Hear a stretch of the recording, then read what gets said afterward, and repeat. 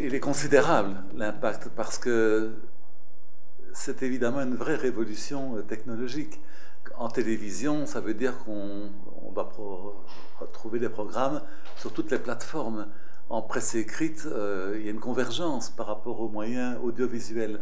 Donc la mutation est considérable, et pour ce qui concerne les services publics, il faut finalement que l'Union européenne, il faut que la communauté française, la Fédération Wallonie-Bruxelles, accompagne par exemple les télévisions locales et les services publics de télévision dans cette mutation technologique, qu'elle assure un financement suffisant et régulier, qu'on s'occupe des journalistes aussi, qu'on s'occupe de leur formation aux nouvelles technologies, que ce soit financé par le pouvoir public tout en garantissant l'indépendance des médias.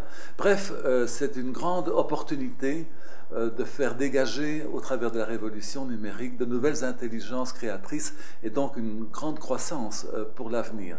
Mais c'est aussi un danger, ce colloque l'a bien montré, il y a un danger sur l'emploi, un danger spécialement sur l'emploi des journalistes, et un grand danger aussi parce qu'il y a actuellement une concentration mondiale sur des grands groupes qui sont des groupes intéressés dans cette révolution numérique, et ces grands groupes peuvent confisquer en quelque sorte l'indépendance et la liberté d'idées et d'opinion.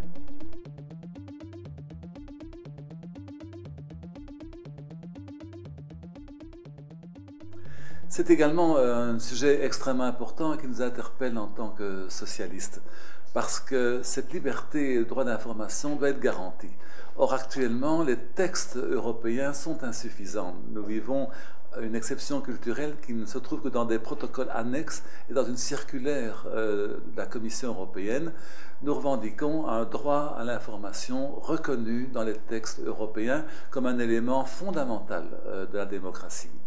Et par ailleurs, ce droit à l'information implique aussi que le citoyen doit s'intéresser et doit pouvoir décrypter cette information.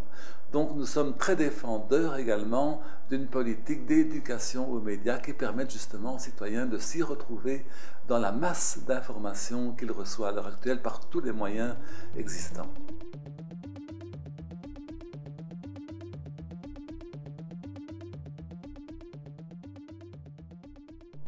C'est un problème très récent et très peu connu, mais que là aussi nous devons avoir une position offensive.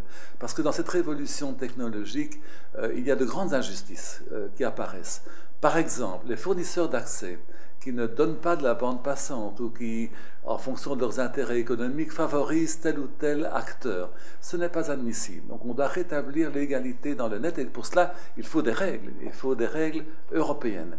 Et puis je dirais à l'autre bout, il y a la neutralité des appareils que vous achetez dans le commerce. Ces appareils ne sont pas neutres, et dans certains cas, ils ne vous donnent accès qu'à certains types de services, ceux qui conviennent évidemment aux fabricants.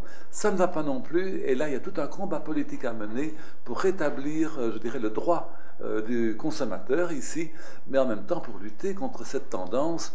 L'info n'est pas une marchandise, l'info est une valeur importante de la démocratie et donc de l'Europe.